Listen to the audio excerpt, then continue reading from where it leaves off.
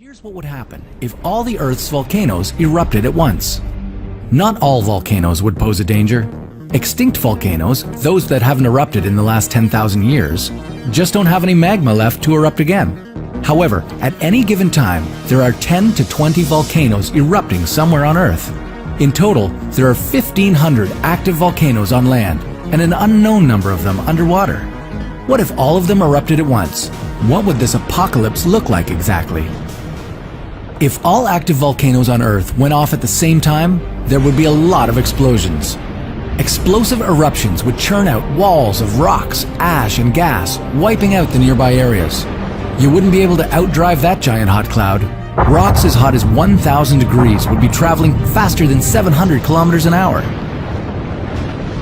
But not all volcanoes would erupt that powerfully.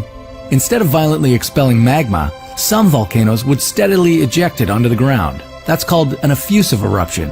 If your local volcano erupted that way, consider yourself lucky. But not for too long.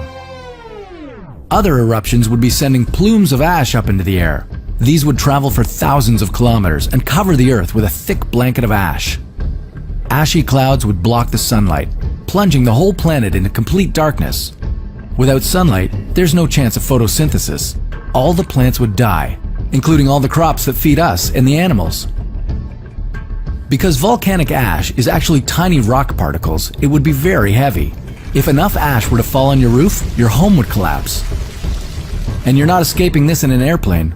The hot clouds of ash would melt car and plane engines. All flights would be cancelled anyway because of the low visibility. Deep ocean volcanoes make the water acidic. In this kind of environment, sea life would suffer huge losses. The entire food chain would be devastated. Because no sun rays would reach the Earth's surface, the planet would significantly cool down, to the point where we might end up in a new ice age. In the long term, though, the global temperatures would change again, this time getting much hotter. With all the carbon dioxide released during the eruptions, we'd see a tremendous greenhouse effect that would start roasting the planet.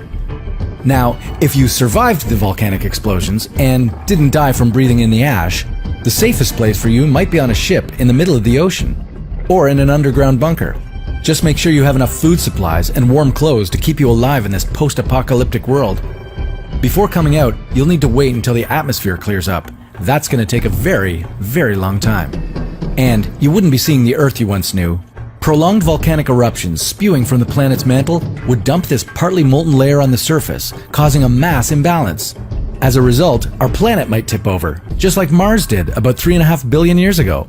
Paris might end up on the North Pole. Of course, as always, such a scenario is very unlikely to happen.